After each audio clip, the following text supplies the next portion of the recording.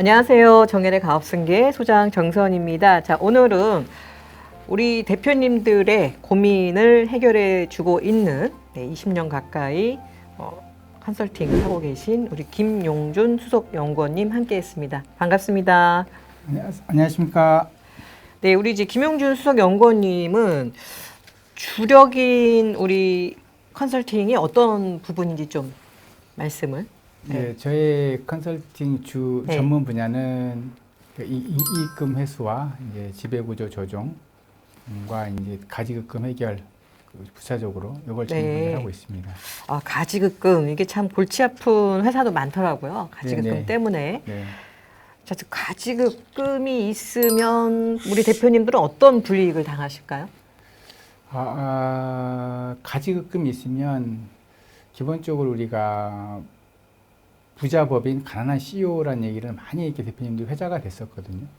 불과 10년 전, 뭐 20년 전 그러면 근데 본인은 그 내용은 알고 있지만 그렇지 않다라고 보통들 생각하는데 그 첫 시작이 그거가 됩니다. 부자법인 가난한 CEO의 어떤 첫 회사는 부자인데 네. 대표님은 가난하다. 왜 가난해지죠. 이런 일이 발생하는 거예요? 네. 왜 그렇게 되냐면 법인에서 나간 돈들은 자산부채 예를 들면 이렇게 결산했을 때 안 맞게 되면 안 맞는 부분들 다 대표님이 가져간 걸로 표현이 되기 때문에 법인은 그냥 그 돈이 그냥 자기 돈으로 딱 표현돼 있는 거죠. 네. 법인에 이제 수입이 있고 지출이 있는데 네. 이게 딱 맞아야 되는데 네. 그렇죠? 그리고 잉여금 나머지는 잉여금 이렇게 돼야 되는데 잉여금은 아니고 네. 돈은 들어왔는데 지출이 증빙이 안 되는 네. 돈은 분명히 나갔는데 네. 증빙이 안 되면 결과적으로 마지막 결산할 때 이게 대표이사가 가져간 돈으로 맞습니다. 회계상 그렇게 이제 하는데 세법상은 대표님이 갚을 돈이 돼버리는 거네요. 그렇죠. 그러면 대표님 입장에서는 부채, 부채. 법인 입장에서는 받을 돈이니까 채권이죠. 네, 맞습니다. 받을 돈. 대표님이 어쨌든 이제 부채 갚아야 될 돈이 됩니다. 근데 네. 우리가 보통 돈을 빌리면 이자를 내야 되잖아요. 네. 그럼 법인에서 대표님이 가지급금이 발생이 되게 되면 이자는 몇 프로를 내야 되죠? 기본적으로 세법에서는 최소 4.6%를 미니멈으로 해놨습니다. 최소 4.6%. 네, 맞습니다. 네. 네. 네.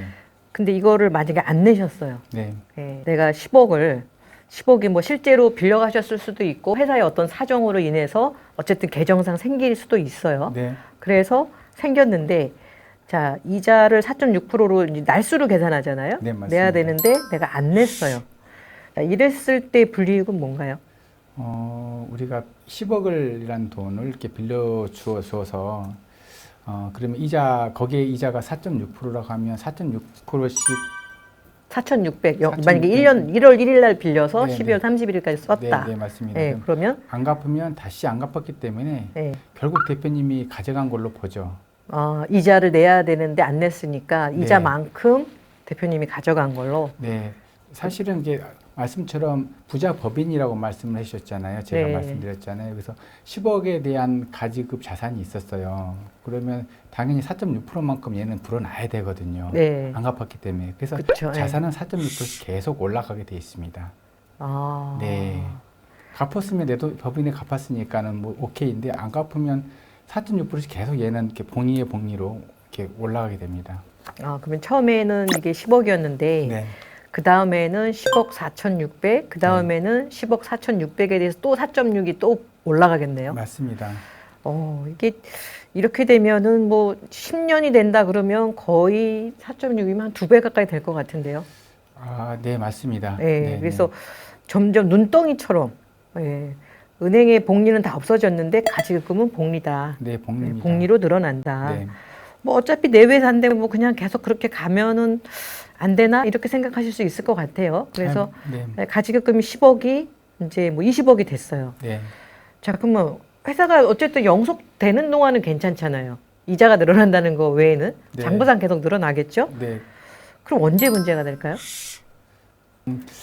가장 크게는 회사 대표님 퇴직하실 때 가장 문제가 되실 것 퇴직할 같아요. 때. 네.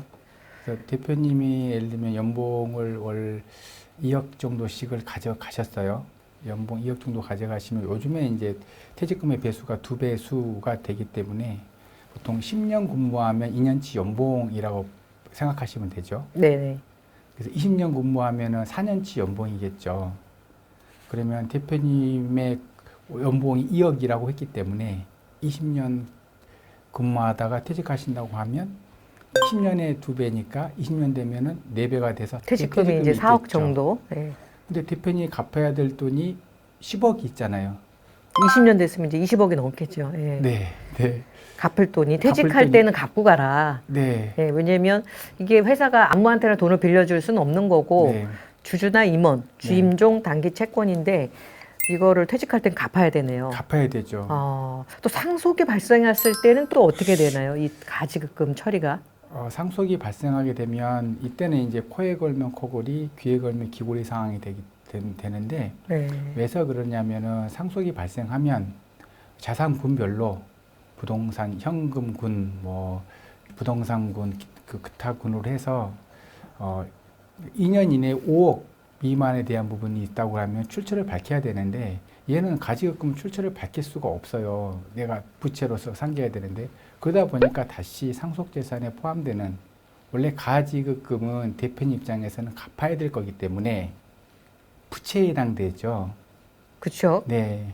예를 들면 아까 예를 든다면 20년 했더니 가지급이 20억이 됐어요. 네. 그리고 내 상속 재산은 예를 들면 50억이 있었어요. 네, 상속 자산은 기존에 50억이 있고 네. 회사에 가지급금이 20억 20억 있는 있어요, 케이스. 있어요. 이 경우 네. 상속이 발생하면 세금 계산은 어떻게 해야 그러면 될까요? 네, 자산에서 상속 재산이라는 것은 재산에 대해서 순자산에 대해서 상속인들이 가져가는데 가지급금은 대표님 입장에 봐서는 부채, 법인 입장에서는 자산이어서 상속재산 50억에서 부채니까 20억을 뺀 30억만 상속이 돼야 되는데 다른 부채 같으면 그렇게 돼야 돼야 되는데 네네. 얘는 출처에 입증하지 못하기 때문에 부채로서 인정을 못 받게 되죠.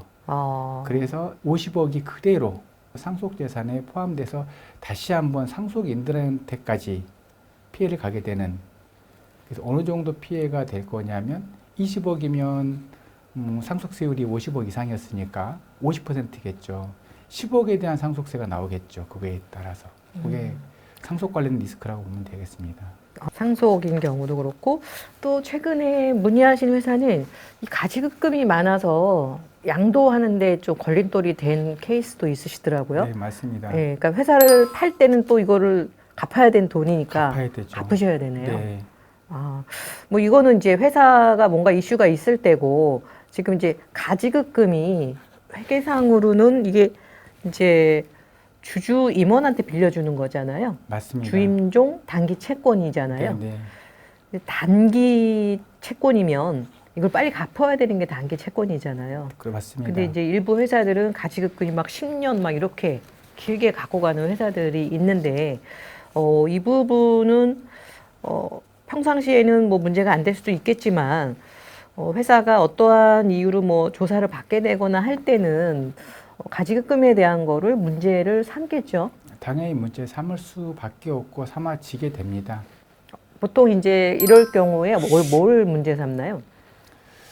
기본적으로 가지급금이 있다는 뜻은 내가 돈을 이렇게 임의적으로 가져갔다는 건데 보통 대표님이 돈을 가져가는 경우도 있지만 주로 좀 이따가 가지급금 발생 형태에 대해서 말씀을 드리겠지만 잠깐 말씀을 주셨기 때문에 주로 재고 자산이 안 맞으면 재고는 예를 들면 20억 잡혀 있는데 재고는 하나도 없어요.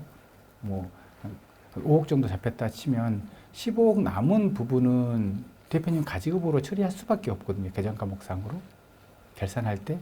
그러면 당연히 세무조사 나왔으면 얘 이거 어디 갔냐라고 물을 수밖에 없겠죠. 조사관 입장에서는. 네. 네. 저희가 지난번 세미나 때 이제 상담하신 대표님이 이런 말씀을 하시더라고요. 그 가지급금 때문에 본인이 이제 배임 횡령으로 누군가 이제 제보를 해서 조사를 받았다. 아니, 이게 왜 배임 횡령까지 가게 되는 이유가 있나요? 기본적으로 이 상법상의 부분이 상법상 배임 횡령입니다. 법상의 배임 횡령. 어떤 경우에 배임 횡령인가요? 기본적으로 우리가 주식회사는 소유와 경영에 분리이지 않습니까? 나 대신에 회사를 잘 운영할 사람을 대표이사 내지는 사내이사로 선임해서 이분한테 매월 급여를 주는 거죠. 1년에 얼마씩. 그랬는데 회사를 잘 운영해야 되는데 회사를 잘 운영하지 못하고 그 돈을 내가 가져갔단 말이에요. 결국 가져간 경우도 있을 거니까.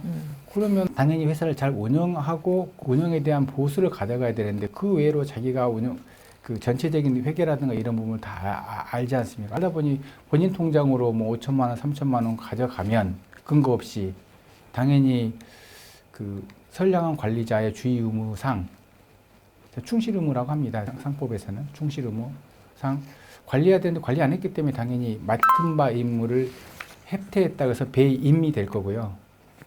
원래 맡긴 임무를 배반했다 배임. 네. 그리고 횡령은 원래 써야 될 그 자리에 있어야 되는데 며칠씩 쓴다든가 몇 달씩 하면 그래서 횡령이 되는 거죠. 원래 있어야 할 자리에 없어진 거죠. 그 부분들이. 그래서 배임 횡령 리스크가 그런 부분이 발생합니다. 상법상에. 네. 네. 이게 이제 과거에는 되게 먼 얘기였는데 최근에는 꽤 있어요. 이게 네. 이제 뭐 제보나 이런 게 많이 활성화돼서 그렇지 않나 하는 생각이 들고 네. 아까 이제 적정한 절차를 물론 이제 가지급금을 뭐 생길 수 있죠. 빌려갈 수 있는 거잖아요. 빌려갈 주나 수 임원이 네, 빌려갈 수 있는데 어떤 적법한 절차가 필요한 거죠. 네, 맞습니다. 그런데 대부분 회사들은 이게 내 회사니까 네, 맞습니다. 절차를 하지 않고 맞습니다. 예, 그냥 격리 직원한테 얼마를 내 통장으로 보내라. 뭐 이렇게 맞습니다. 되면 배임이나 횡령에 대한 리스크가 있다. 네. 그럼 적법한 절차는 어떤 절차를 해야 되는 건가요? 그 적법한 절차라고 하면 정말로 내가 그 돈을 가져오게 된다고 하면 정확하게 금전 소비 대차 계약을 써야 됩니다. 네. 네, 금전 소비 대차 계약을 쓰게 되면 그리고 정상적인 이자를 지불해야 되고 법인한테요. 네. 네, 실제로 빌려갔다면. 맞습니다. 네. 자, 그런데 이제 아까 우리 수석연구원님이 말씀해 주셨지만 실제로 가져간 경우도 간혹 있지만 어떤 투자나 이런 걸 위해서 가지급금 있는 회사가 10개면 실제로 가져가지 않은 회사도 꽤 있을 것 같은데 10개 중에 몇 개 정도 회사는 가져가지 않았는데 가지급이 발생을 했다. 보통 만난 회사 중에서 확률이 좀 어느 정도예요? 제가 보기에는 거의 80% 이상, 80% 이상. 70% 이상, 네. 80% 이상인 것 같습니다. 굉장히 억울한 거네요. 억울한 거죠. 가져간 적도 없는데 나는 이제 채무자가 된 채무자가 돼야 억울한 되는 거고요. 상황인데 아니 가져간 적도 없는데 왜 도대체 가지급이 발생을 하는지 네. 아까 잠깐만 언급해 주셨는데 그걸 좀 대표님들이 알고 있어야 될 것 같아요. 네. 아, 이런 경우 가지급금이 생기는구나. 그럼 애당초 안 생기게 하는 게 제일 중요하니까 네. 가지급금의 어떤 발생 원인을 좀 정리를 좀 해주세요. 가지급금 발생 원인 사실 대표님들이 가지급금이라 알고 하는 경우도 있고요. 모르고 하는 경우도 있는데 알고 하는 경우들이 상당히 좀 많이 있습니다. 사실은요. 근데 그게 이게 그런 식의 가지급금이라고 생각하지는 않는 거예요. 그래서 가지급금의 다른 이름은 부자법인 가난한 CEO가 되는 거다라는 거고, 그리고 또 한편으로는 약간 사족이 되는 듯한데, 보통 우리가 자본금, 잉여금이 예를 들면 50억 있다라고 하면, 그러면 현금 나 50억 없는데? 라고 보통들 대표님들 말씀 많이 하시거든요. 재무제표상 미처분 잉여금이 50억이다. 네. 우리는 50억이 없습니다. 없어요. 네. 돈이 어디 있어? 하나도 그쵸. 없는데 마치 아까 말씀드린 것처럼 가지급금 중에서 내가 실제로 가져가신 분이 한 20, 30%밖에 안 됐나 이거 똑같거든요. 나머지 뭐 좀 과한 표현이긴 하지만 35억은 정말 과한 표현이지만 35억은 가지급금 때문에 생길 수도 있었던 거예요. 그러니까 돈이 없고 대신 내가 돈을 갚아야 되는. 그래서 구체적으로 가지급금이 발생되는 유형을 보면 한 7, 8가지는 되는 것 같은데요. 가지급금 발생 유형이 많겠지만 네. 대표적인 게 한 7가지에서 8가지. 네. 주로 이제 가지급금이 발생되는 원인들을 보면 이렇게 우리가 법인을 세우게 되면 이렇게 창업기가 있고 성숙기가 있고 성장기가 있고 이 상황으로 가는데 초창기 창업할 때 우리가 법인을 세운단 말이에요. 그러면 최초에 우리가 자본금이라는 걸 내야 되는데 실제로 내가 돈을 넣지 않고 자본금을 세우는 경우가 되게 많아요.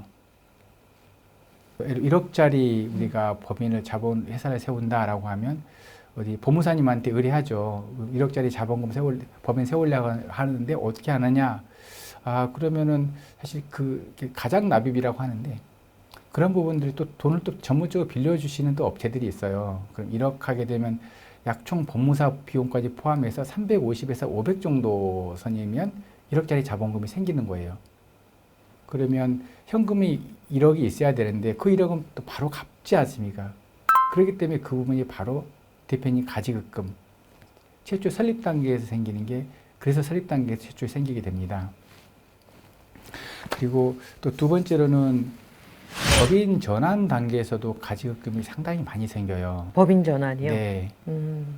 이 부분이 좀 많이 사실 좀 억울한 느낌이 좀 드는 게 왼쪽 주머니에서 오른쪽 주머니로 가서 사실 내 몸의 실체는 전혀 상관이 없는데 근데 법적으로는 개인에서 법인으로 가기 때문에 인격 자체가 바뀌게 되는데 그러면 개인 기업에 대한 부분을 결산을 명확하게 해야 되는데 거기에 보면 내가 받지 못한 채권도 있고 다른 채권이 있는데 그거를 그대로 그냥 자산에 잡아 넣어서 그리고 법인으로 자산 잡아 놓았는데 막상 보니 그건 내가 받을 수도 없는 돈인 거죠. 부실 채권이었으니까 결산할 때 그 부분을 정리했어야 되는데 그러다 보니 법인 전환하는 과정 속에서 갑자기 세금을 절세하려고 법인 전환했는데 하다 보니 갑자기 세우지 그 다음에 결산한 2, 3억 가지급금이 있다고 이렇게 법인 전환도 상당히 좀 조심해서 해야 되네요. 그런 부분들을 네. 잘 이렇게 살펴보고 네. 결산만 잘하면 됩니다. 그 부분들은. 결산만. 네. 그러니까 실무적으로 이제 컨설팅 하시다 보니 법인 전환 과정에서 가지급 발생한 회사들을 네, 맞습니다. 많이 좀 네. 접하게 되신 케이스군요. 네. 그리고 그 초창기에는 우리는 법인을 생존을 해야 되기 때문에 법인은 매출이 필요하지 않습니까? 그리고 또 단기 순이익도 많이 필요하고 그러다 보니까 보통 좀 그쪽 관련돼서 갑질하는 회사는 아니지만 좀 상위인 회사가 자기는 그런 돈이 증빙이 없는 현금이 필요하고 우리는 매출이 필요하기 때문에 예를 들면 1억 매출인데 정확하게 말하면 한 1억 5천 정도로 매출을 잡아주죠. 그러면 상대방 우리 거래처 회사에서는 1억 5천을 싸주면 5천은 이쪽으로 돌려줘야 되는 거죠. 증빙 없이 빨리 빼야 되는 거기 때문에 그래서 이제 초창기 때 기업 성장하는 과정 속에서 가지급금이 생기는 것 같습니다. 네, 이게 이제 상위 거래처에서 그걸 요구를 하면 참 그거를 거절하기가 쉽지는 않으시잖아요. 그렇기도 하고 그냥 모두가 원하는 거거든요. 네. 다도 원해요. 매출이 필요하기 때문에. 그리고 그 당시에는 별로 크게 느껴지지도 않아요. 그렇죠. 뭐 그렇게 이익이 많지 않으니까. 예, 근데 그리고 결국은 그게 이제 법인의 이익으로 했으면 법인세를 내시면 되는데 네, 이게 이제 그렇게 안 하고 그냥 가지급으로 그쵸. 처리를 하게 되면 이게 눈덩이처럼 쌓인다. 하나씩 쌓이죠. 네네. 또 하나씩. 그런 경우도 가지급금이 생기는 경우가 있군요. 네. 그리고 또 보통의 경우 성장의 단계도 보면 매출을 이렇게 하고 하려면 영업하고 접대비 등이 필요하지 않습니까? 근데 요즘에는 이제 바뀌어서 업무 추진비라고 표현들 하는데 예를 들면 고객들을 이제 접대를 하고 고객과의 이제 영업 유치하기 위해서 이제 골프라든가 이런 부분들을 좀 많이 하시게 되죠. 하시게 되면 거기서 이제 비용들이 한 200 정도 나온다 하게 되면 연 따지게 되면 뭐 2,400에서 3,000 사이. 그리고 이제 그게 10년 지나면 이렇게 3,000 이렇게 되지 않습니까? 그런 단계 속에서의 가지급금이 생기기도 하고 또 한편으로는 이제 순수히 우리가 이제 어떤 제조업 같은 경우는 사람들이 많이 필요한데 우리 한국 3D 업종 그러다 보면 우리 이제 한국 사람들 구하기 어려우니까 외국인 노동자들을 많이 고용하게 되는데 그때 이제 불법 체류자인 분이 있는 거죠. 그러면 그걸 회계상으로 처리 못하니까 대표님이 돈을 꺼내서 줘서 이제 그래서 이제 생기는 케이스들. 그리고 또 한편으로는 우리 굉장히 유명한 우리나라 핵심 인력인데 이분이 또 신용 불량자인 경우 그런 경우도 있지 않습니까? 이분이 꼭 필요한데 그동안에 산전수전 겪다 보니 신용 불량 상태가 된 거죠. 그쪽에 비즈니스를 하다 보니. 근데 그분은 우리 회사에 필요하고 그래서 그분에 대한 인건비 등이 이제 가지급금에 대한 원인이 되기도 합니다. 그리고 우리가 이제 회사가 좀 성장을 하게 되면 자본금에 대한 증자에 대한 욕구들이 생겨요. 네, 증자. 돈을 좀 빌려 은행에서의 차입도 필요하고 내지는 뭐 건설업이라든가 아니면 의약품 유통이라든가 이런 쪽 같은 경우는 자본금 요건들이 필요하죠. 그래서 이제 그 자본금 요건을 맞추다 보니 이제 그거를 이렇게 법인 통장으로 맞추다 보니까 그래서 이제 대표님이 가지급금이 되는 케이스 등 실제 자본금을 넣었으면 괜찮은데 넣지 않고 이제 증자를 하시는 케이스. 네, 맞습니다. 사업상 이제 자본금이 좀 늘어나야 되는 경우에 네, 맞습니다. 그래서 가지급이 발생하는 경우. 네. 그래서 대표님은 내가 돈을 안 가져갔으니까 왜 가지급금이지 이렇게 생각하시는데 맞습니다. 지금 앞에서 말씀하시는 그런 이슈가 있을 때마다 가지급금이 계속 늘어나는 거죠. 늘어나죠. 네. 그리고 잘 이렇게 아시겠지만 이건 나를 위해서 한 활동이 하나도 아니거든요. 다 법인의 성장과 법인의 이렇게 영속적인 그 발전 이것에 의해서 나의 모든 걸 다 바친 이 행위 드린 거예요. 대표님 입장에서는. 그러네요. 그렇죠. 내가 가져간 거 하나도 없어요. 그러네요. 네. 나 잘 먹고 잘 살려고 한 것도 없고. 회사가 어쨌든 살아야 되니까. 아, 참 이게 참 불편한 현실이네요. 네.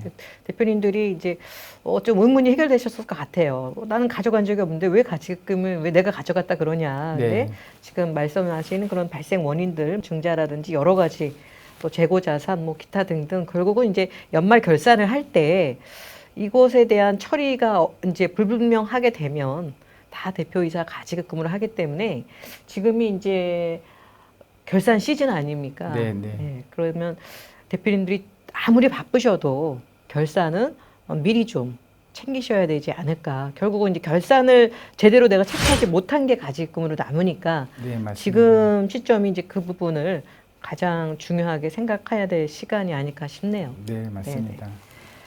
자, 오늘은 가지급금 발생 원인에 대해서 알아봤고요. 자, 그러면 가지급금 해결하는 방법을 알려주셔야지 대표님들이 이제 발생 원인까지 알았다 하더라도 이거를 이제 해결을 하셔야 되니까 자, 해결 방법을 다음 시간에는 좀 알려주셔야 될 것 같아요. 네, 가지급금 자, 해결 방법 그리고 해결할 때 주의사항 등으로 2부에서 또 찾아뵙도록 하겠습니다. 네, 감사합니다. 감사합니다. 네. 회사의 잉여금이 쌓일 때 가장 먼저 해야 할 일은 무엇일까요? 그것은 쌓여있는 잉여금을 안전하게 가져오는 절세 플랜입니다. 회사를 운영하다 보면 성장에만 집중하는 경우가 많습니다. 하지만 그것은 매우 위험한 일입니다. 왜냐하면 자산의 증가 속도보다 세금의 증가 속도가 훨씬 더 빠르기 때문입니다. 자산은 늘어났지만 세금을 관리하지 못한다면 결국은 세금으로 다 빠져나가게 됩니다.